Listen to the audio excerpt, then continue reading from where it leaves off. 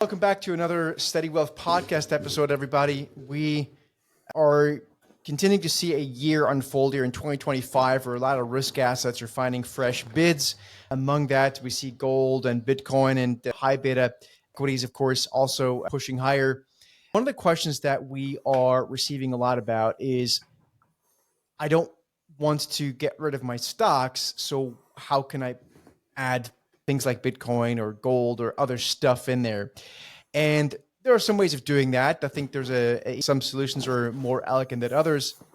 And one way is maybe doing it as Mike is doing. Mike Philbrick, welcome back to the show. Mike, you are a second time a guest, so it's always great to have people come back. And you are, of course, a co-founder of Return Stacked ETFs. Before we go into this, if you can give me just a little bit of teaser of maybe your background and what you're doing now so people can see the logic of where you're at right now with your strategy. Return stacking came from the idea of thinking through how you can incorporate alternatives and also have the ability to stick with it and incorporate it into the portfolio, because historically, we've seen investors and allocators want to include assets that are really complementary to those traditional cash flowing stock and bond assets that they know, love, and trust. But there's this funding issue, this discipline issue of how do you keep it in the portfolio when it makes the most difference? And how do you get through the times when these strategies will have their drawdown periods? Yep. And so we operated in the managed future space with a very significant emphasis on diversification, some risk parity portfolios. But in that gets lost the really clear delineation on how you can allocate and how you can stick to it. And that's really what return stacking came to solve, the funding issue when it comes to allocating to alternatives in the portfolio. So traditionally, right, if you're going to incorporate some alternatives in the portfolio, you're selling some of those core assets like stocks and bonds, especially domestic stocks, that love and trust and have treated you so well. And when those alternatives perform a little bit differently, or maybe a little differently than you might expect, you lose that discipline to stick with it because they cause tracking error. And so by stacking the alternatives, so keeping those betas that you love and trust and adding the diversifiers on top, you attenuate that tracking error and you eliminate the funding issue. You're not selling those things you love and trust. You're keeping them and stacking. So what we might do here, Mike, is I love it, right? And I should say that, again, you were on the pod before. I reached out to you just a short while ago because I saw an email come from you guys, which was absolutely fantastic. So thanks for answering the email and coming on the show. But what I'd like to do is to help our listeners get their head around this with a visual. I'm going to quickly share slide 7 and we'll go to slide probably 9 and 10 to give people a bit of a basic idea of what you mean with this, because sometimes the word funding issue doesn't just resonate with everyone right off the bat. So, right. Visuals always. Visual pictures help. Worth 1,000 words. That's right. Exactly. So here we are. So right. What we are looking at, in essence, just to give people a little bit of a preview, and then please, as the expert, chime in on this. But I'm a big believer of the two pie chart situations here, which is, I'm going to make this a bit larger so I can put just one thing on this. But basically, there's your typical 60-40 portfolio. For people who don't know what that is, it means you've got your, let's say, 60% equities, 40% fixed income. But I'm a big believer of actually splicing up the fixed income part and adding stuff in there. And that's kind of the base idea of what Mike's doing. But Mike and Return Stack are doing this a little bit differently. And this is kind of where, and you tell me if you want to go to slide 9 or 10 on this. It seems like 10 might be a bit more visually appealing to that. Let's start with 7 and just give everybody the visual. So, because this is the funding issue. So if you want to add some alternatives to the portfolio, as I mentioned, in a 60-40 content, it's typical to say, well, let's sell 10% of bonds, let's sell 10% of stocks, and let's add 20% of alternatives. The challenge with that is you've given up those stocks and bonds where the investor really knows, loves, and trusts them and has significant tracking error to them. So when the alts perform a little bit differently than those core assets, they create that tracking error, that underperformance in some cases. When they create outperformance, it's great and everybody's happy. but that's not when they quit, when there's underperformance. And so we want to attenuate that behavioral bias. And if you go to the next slide, it actually kind of visualizes this a bit better, right? So if you have alts that you've stacked, and in this case, there's alts that we're looking at that are managed futures. That's not in the context of Bitcoin and gold and RSSX, but it doesn't really matter. At some point, those alts do a little bit worse than the core holdings. And what happens is if you have sold those core holdings in order to keep those, in order to add those alts, you get this tracking error, which is pictured here. And we don't want to do that. What we want to do is we want to keep those betas in the portfolio that clients know, love, and trust. So if you can go to slide 11, and then we'll come back to 10, you get something that looks more like this. So if your alts are, maybe they're just treading water, they're not really adding a ton of value, but you've maintained your core assets, you've attenuated that tracking error. And so now if we go back to slide 10, this is how we do that. So the first bar is just your typical 60-40. The second bar is the traditional way of doing it, saying, let's do 50-30-20, where that 20 comes out of those core assets or is funded by those core assets. That's the funding issue. Rather, what return stacking seeks to do is to stack those alternatives on top of those core betas. And that way you maintain your 60-40 in this case, or 70-30 or 80-20, and you add those 20% of diversifiers on top. This helps attenuate that tracking error so you haven't given up that core position that you're looking at as the tracking error that you would like to be proficient and keeping up with.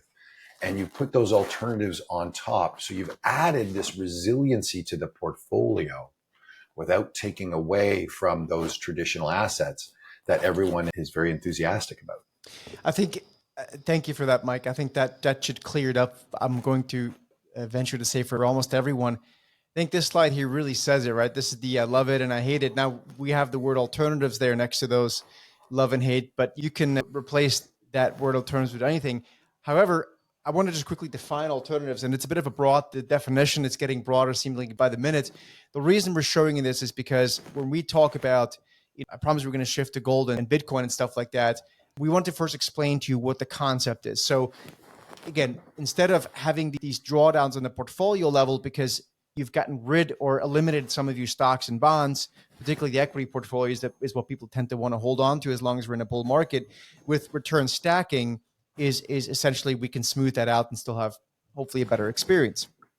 Now, precisely what I can tell you empirically, and we alluded to at the beginning of the show, the top of the show, I talk to people, I will say 9 out of 10 people, that is their hesitancy for adding stuff like Bitcoin or gold or really anything that's not classically, because they just want to keep all of their NVIDIA, all their Microsoft, all of whatever they have for the most part, right?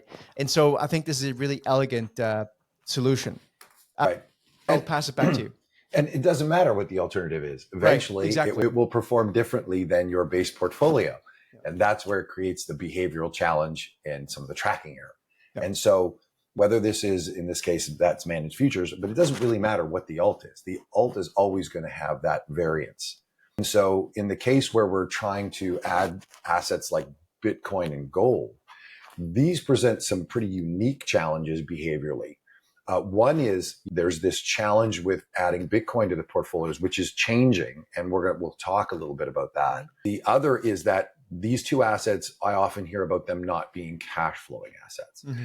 And so we can dig into that as well, because the reason that they're so complementary and so non-correlated, gold and Bitcoin, to your traditional cash flowing assets is because they're scarce. And because they're scarce and they don't have the cash flows that people are talking about, that's not a bug. It's a feature. It is why they are non-correlated. It's why they add value. So we've got to get around that. And what we're seeing with advisors is we're seeing the Overton window shift. We're seeing the career risk not be in including gold and Bitcoin, but rather in not having had the discussion about how those assets function, why they're complementary to the portfolio, and why they haven't been added Those are the conversations we're seeing now. Yeah. So that Overton window is shifting, and there's a lot of reasons for that. And we can jump into that whenever you're ready. No, I'm ready for it. I just want to quickly just say one thing there that I think some listeners may have heard me say this before. When I talk to portfolio manager, and I feel it myself as a portfolio manager, I think up until, and I can't pinpoint the month necessarily, but I'm going to say over the past 12 months, maybe less, probably less. That's probably less. As a portfolio manager, I think before there was always a little bit, depending on where you play, there was always a bit of a shame of having things like Bitcoin in there. I think that's gone. Now it's almost the opposite. It's almost like you have to defend not having some of it. And correct.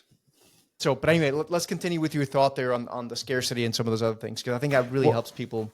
And Serge, let's just dig into this a little bit too, because advisors and fiduciaries in the role of adding these assets, something I hear is, gee, maybe if I admit that I should add gold and Bitcoin now, am I admitting I was wrong? Am I somehow coming out on this as being wrong? I think that is a latent objection that they're having. And what I want to share with everybody is you haven't been wrong. You've been prudent. And that prudence has stemmed from the fact that until recently, there was not regulatory clarity around these assets for them to be added to traditional portfolios.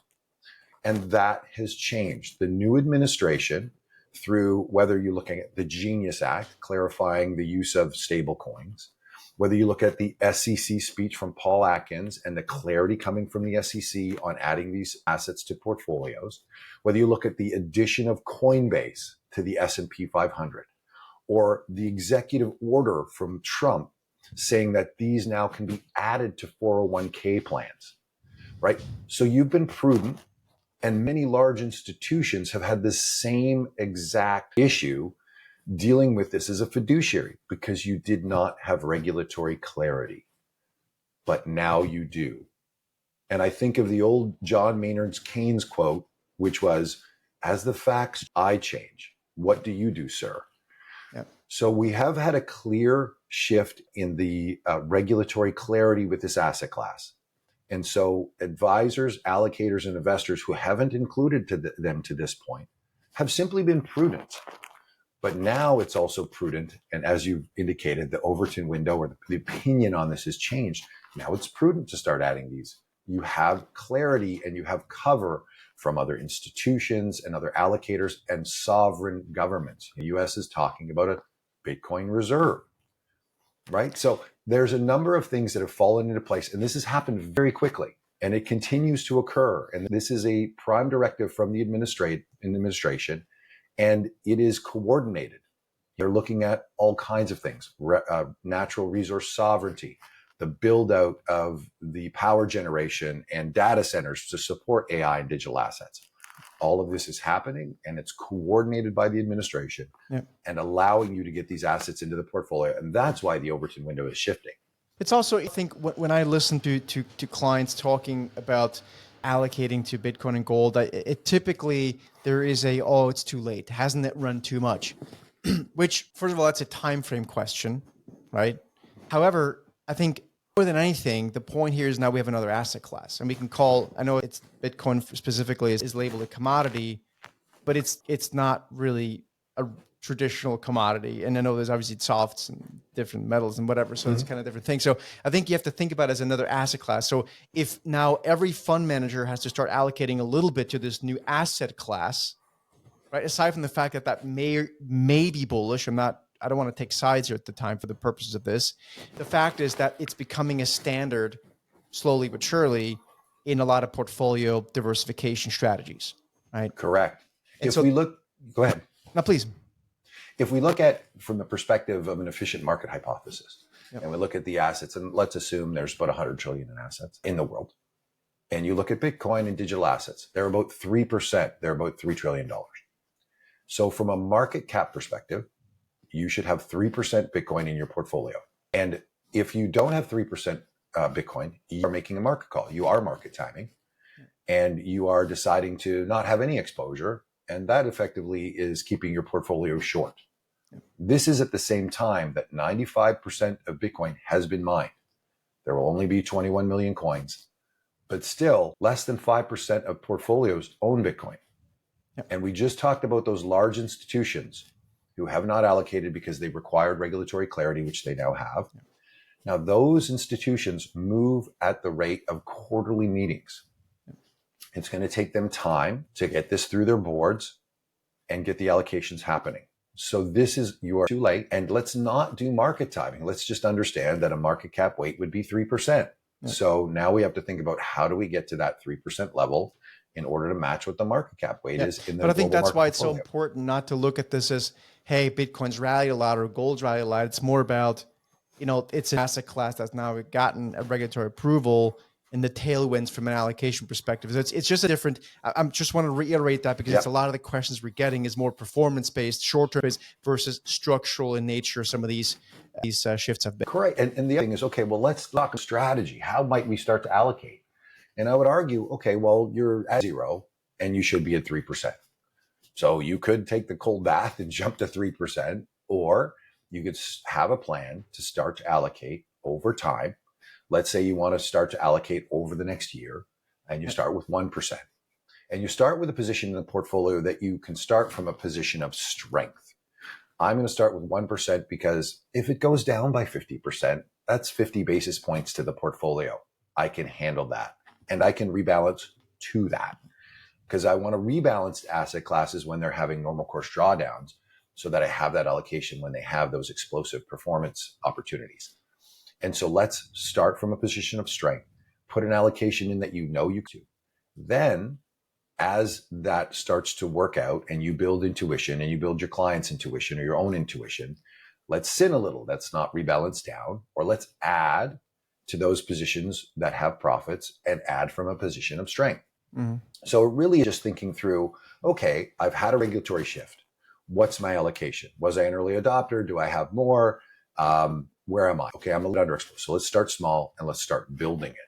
The other thing that's interesting is 80% of advisors have an allocation and they only suggest it to 20% of their clients. And I think 70 or 80% of the Senate holds some digital assets. And so there's these sort of funny issues with cognitive dissonance around, the fiduciary responsibility. And, those are a lot of family offices or those that could make the decision themselves and didn't have the fiduciary risk. Yeah. Now the fiduciary risk has been alleviated and we're just at the beginning of the large allocations. And is it going to be volatile? Sure. But if you own NVIDIA, as you talked about, NVIDIA's volatility, implied volatility, otherwise, is higher than Bitcoin's. Yet no one seems to have a problem of having that rather large allocation to a single company in their portfolio. Sure. So I think this is really about wrapping our heads around the facts and not getting distracted by the emotional, lightning rod that Bitcoining can be. Yeah. No, I agree.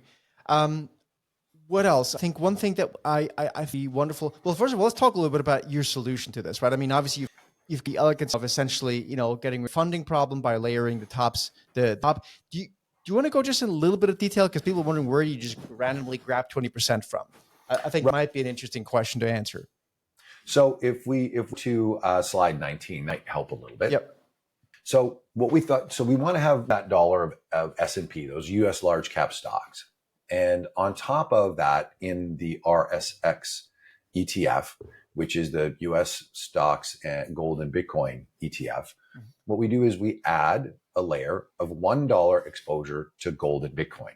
And the way we balance the exposure to gold and Bitcoin is by looking at the risk that each has, the volatility that they have on a day-to-day basis. And as you know, gold has a volatility of about 12%, call it. So, assets for various unknown reasons on a day-to-day basis, and that's the volatility. And Bitcoin's volatility has been as high as 100 and is, down. It's now, approaching shorter term as 30 or 40 in the real short-term context. Yeah. But what we do is we look at the last 500 days and we simply balance the volatility exposure to the two asset classes, because you don't want the maniacs running the asylum. right? So when you have your first dollar of S&P, you want that because you want to keep those cash flowing assets in your portfolio, love it. And on top of that, we stack an equal risk exposure to gold and Bitcoin looking back over the last 500 days. And what that amounts to today is about a 80-20 exposure. So you're getting $4 of exposure to gold and $1 exposure to Bitcoin. And as Bitcoin's volatility attenuates, that exposure will increase. And that will go along with the institutionalization of the asset class. In 2021, if you wanted to buy Bitcoin, you had to buy Bitcoin from somebody else who already owned it.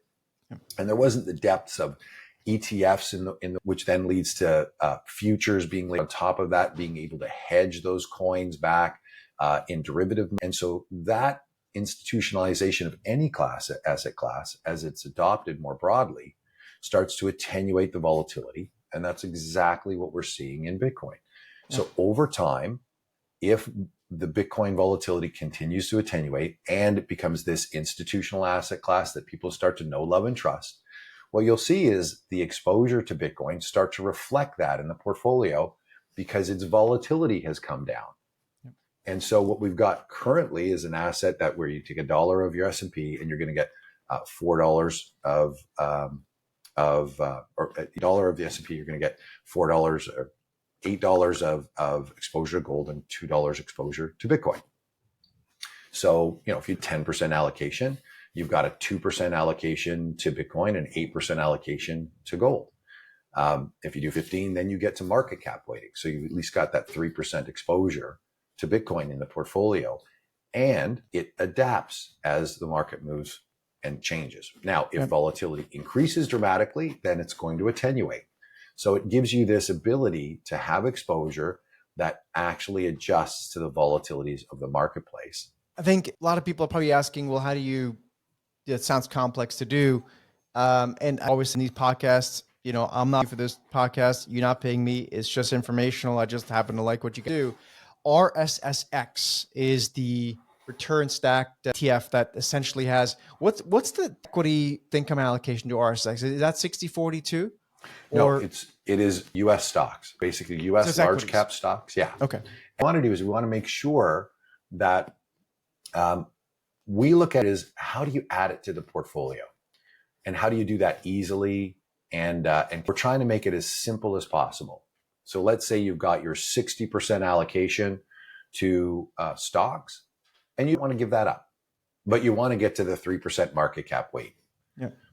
So you say, okay, well, for 5% I put in, it's a 1% allocation to Bitcoin or 4% allocation to gold. So if I went with a 15% allocation, you sell 15% of your stocks, you buy RSSX. What does that do?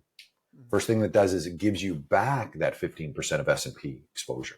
Yeah. So you're not short, you're still long those great US stocks.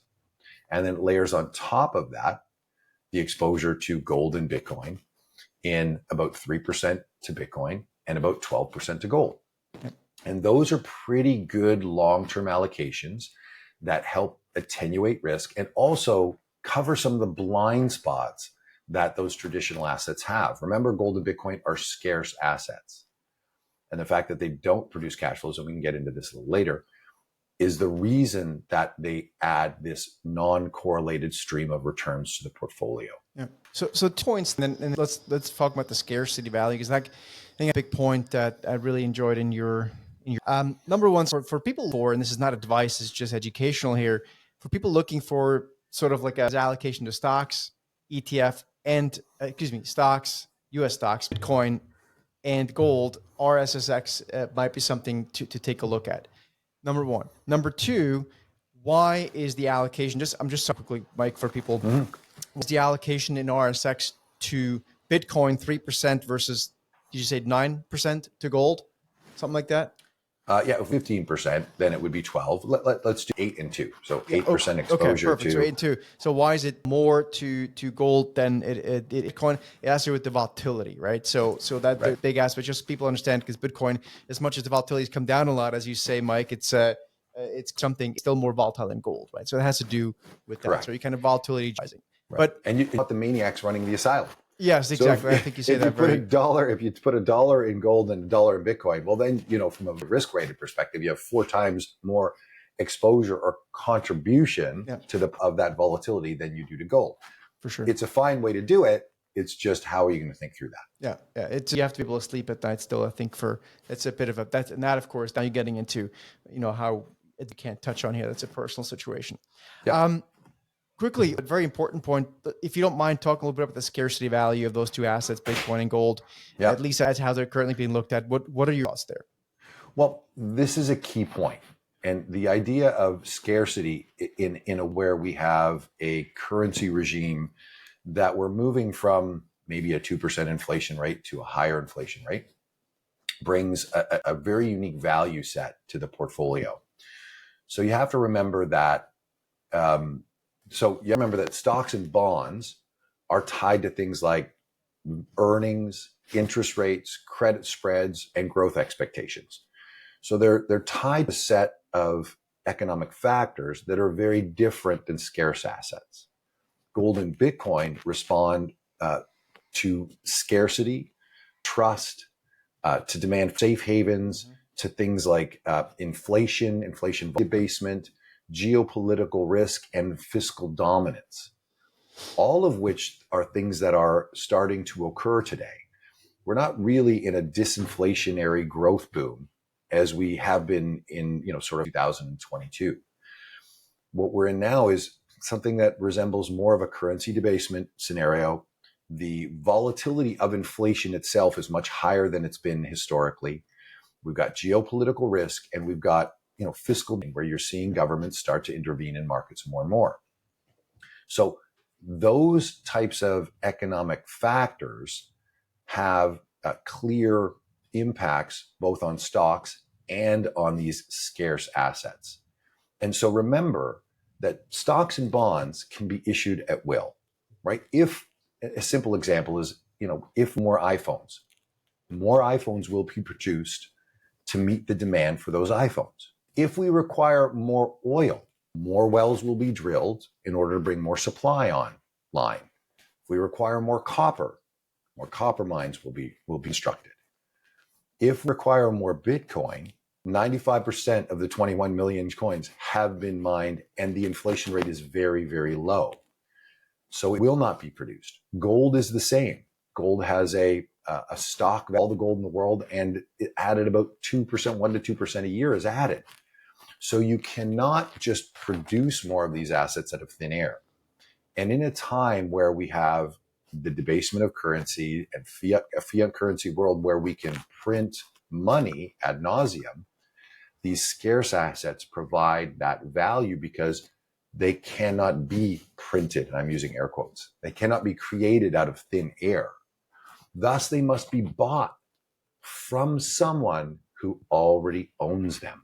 And in a world where we have this persistent debasement, this uncertainty, these scarce assets become more and more important simply because they cannot be replicated. And the fact that they don't have cash flows is not a bug. It's the feature. It's the reason they add value to the portfolio. I think that's, this is one of the reasons I podcast. I think I still, a lot of people haven't really understood what's happening, why a lot of these risk assets are going higher, and reasons. But I mean, I know not meant to be about what's happening today, but if you look at your screen and you can see dollar down, everything else up, right? So it's once again today, it's irrelevant what day it is today and why that is, but that's what's happening. And so, I think people still haven't gotten around to, sort of the assets camp and understanding there's a huge, of the dollar. And so a lot of people have not yet understood, or maybe not been provided the opportunity to take down the road of education, which will, if you own NVIDIA, and NVIDIA has done better than maybe the dollar down, but let's say your average stock, S&P, let's say, you may have been able to purchasing, but I have math on this, so Mike, please correct me, but it's not 15% a year in dollars if you're a dollar investor, because the purchasing power has been eroded as well. So there's a whole nother thing going on there. Yeah, I mean, if you performance of gold over the last 20 years, it's outperformed stocks. Yeah. If you look at the performance of Bitcoin, obviously it's outperformed. Yeah. Now it's coming very low base. So we should have the eye popping that we had Correct. when it was a nascent asset class. But I would think that given that it is only 3 trillion in market cap, is about 10 times that size, that we would see that gap start to close. And again, it isn't a market timing. It's about adding these assets that thrive when you have the conditions that we have today. And it's been a stated objective by the current US administration that they would like to weaken the US dollar. And they stated that objective at the end of the year. And with that came the worst start for the US dollar since the 70s. So the US dollar is down for the first 6 months of the year more than any time since the 70s. And so when you have an administration that is stated, listen, we'd like a weakening dollar. We also want ourselves to be the global central point of digital. Those are stated objectives. And you're seeing natural resource sovereignty come into play, where there's now going to be a reserve of minerals and natural resources that's going to be located, I think it was either in Wyoming or Utah. That was something Trump stated just recently. It's coordinated.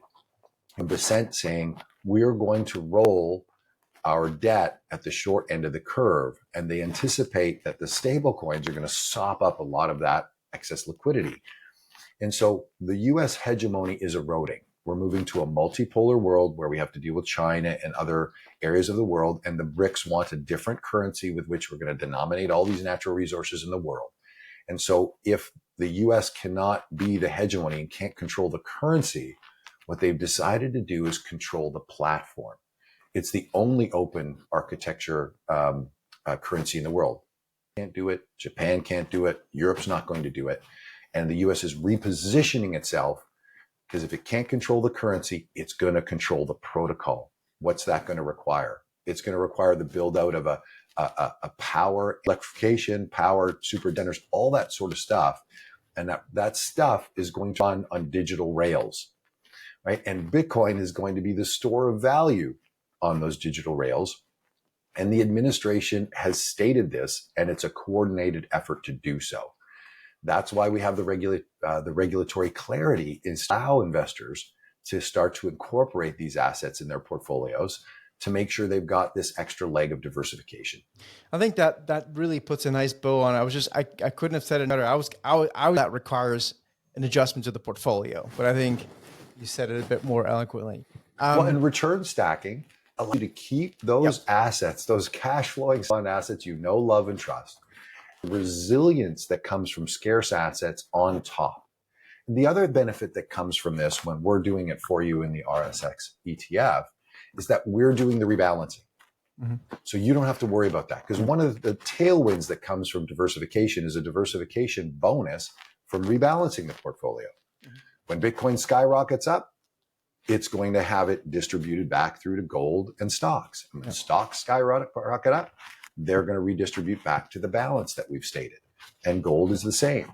So you're going to get this tailwind from the diversification and rebalancing in the portfolio. And now we have bands between the gold and Bitcoin rebalancing. So about 5% bands, because we want to allow a little bit of drift and we want to reduce the trading costs. And so that allows assets that are winning a little bit to have a little bit more for a time period, and then they're brought down and rebalanced. I personally like the idea of having that done for me. And I do this. I think anytime you can outsource something where it makes sense, and we do live in a world where a lot of people have become do-it-yourselfers, and but it's make money when things just go higher, right? Just stay long. It's just when things change a little bit. And I think, everything you just said, and I really appreciate the explains these things, because it's desperately needed. I think most people have not really even begun the journey to understand, outside of maybe someone went down the Bitcoin journey or the gold journey. But I think the broader big picture is still lost on a lot of people that just like to watch NVIDIA go from the lower left to the upper right. And that's not a knock on NVIDIA. It's just that there's volatility within that. I think people are not quite fully understanding yet. Yeah, and allocating to things like gold and Bitcoin. Gold in particular, since invasion of Ukraine and the confiscation of those US assets by the West from Russia. That caused a domino effect where other sovereign nations in the world also started to look at, how am I going to hold my reserve assets, because the US Treasury is not what it used to be. And so we've seen 1,000 tons of gold purchased by sovereign nations over the last 3.5 years since the invasion of Ukraine by sovereign nations. And they're looking for ways to denominate their sovereign holdings in order to attenuate the fiat currency issue and geopolitical risk that's out there. And those are sovereign nations. So, typically we've seen the function of, the entire base back in 2010, 11 be as high as 8 or 9% of portfolios. And now it's at 1 or 2%. Yep. And so again, when we think about timing, I think there's some reasonable arguments for the timing quite good. But let's not worry about the timing. Let's worry about having asset classes in the portfolio that perform differently and having them for the long term. I think because we mentioned that before, right? This is not necessarily about chasing something when it's up. It's more about the portfolio a little bit. I don't want to call it rebalancing. It's just a bit of makeup of the portfolio. Last point, real quick, maybe on my end. The but also the allocation to some of the things you mentioned before, like energy and material stocks, is like non-existent in portfolio. I think most oil and gas analysts have been fired over the past 20 years. Yeah. So if we think about, you make a great point, Serge. If we think about the typical US portfolio today, it has a lot of US stocks. You think about the typical, even the ACWI global portfolio, it's dominated by US stocks. What does that do to a portfolio? The first thing it does is it overweights you to the US dollar. Yep. And that's why when we look at other countries in the world, their markets are doing well, but their currencies are an amplifying factor on top of that. The next thing to look at is, as you point out, dig into the S&P and look at the exposure to materials and metals and things like that, and look at the exposure to oil and gas. It's sort of total 6%. Yeah. So if you have a regime that starts to be more inflationary oriented and more growth oriented, so we have inflation, but we have global growth, you're underexposed in your S&P exposure to those areas of the world and to those outcomes. But the U.S. is an incredible place to have exposure to innovation and new things that change the world. So you don't want to give up that exposure to that innovative core and that machine that continues to innovate at a rate in the rest of the world. So let's hedge those overexposures to US dollars and underexposures to resources with Bitcoin and gold. Yeah. They act as a hedge when the US is declining, and they're scarce assets that build in that resilience to the portfolio. 100%. So I think we'll probably settle on here kind of as a final summary, is there's a lot of different points here that go that bring a bunch of tailwinds for this sort of, I hate to say portfolio because people get scared of that kind of thing, but it's just a portfolio that works in a different regime, right? Because this portfolio idea before, it's just, haven't had that for a very long time. Most people, I've only been 26 years, so I don't know, and often formed in their formative years. Yeah. So when you the advisor and that sort of think about what have they experienced time. Sure. And that will color how they allocate. But if we go back to that market cap example, you'd probably be in Bitcoin just to get to a sort of a market weighting in those asset classes if we're thinking trends. Yep. No, I totally agree. No, I'll leave with fun. I often as possibly give people some perspective. So the average age on Wall Street is currently about somewhere around 36, 37. We've had about a 16-year bull market. And so you subtract 36, 37, 16 from that, you college grad, seen one kind of market. You can also do the same analysis on the average consumer out there. Somewhere around early 70s, you subtract, 15, 16 years, someone is starting to think about retirement, looking at their portfolio for the first time. And since they've been looking at their portfolio for the first time, really, it's only done one thing. And it's only done it with a few stocks. Yeah. And so that bias should be maybe another thing people think about. But listen, Mike, I really appreciate it. RSSX is the website, is just so I reference as it return stack. Let me see. return stacked, TACKED.com. It'll be in the description as well. Yeah. And then the returnsetfs.com is the actual website with the ETFs, and the returnstacked.com is all of our portfolio solutions and educational material. As people want to look at this, we've got an article on there that's very basic. It's called From Fringe to Foundational. Yep. That's the one that's something that can just the talking points to walk through and thinking about this. And there's others on how gold and Bitcoin allocations impact portfolios over the long term that we've talked about today. Lots of education there. We really think lots of education, which is what we love, and that's exactly what this is all about. Build intuition.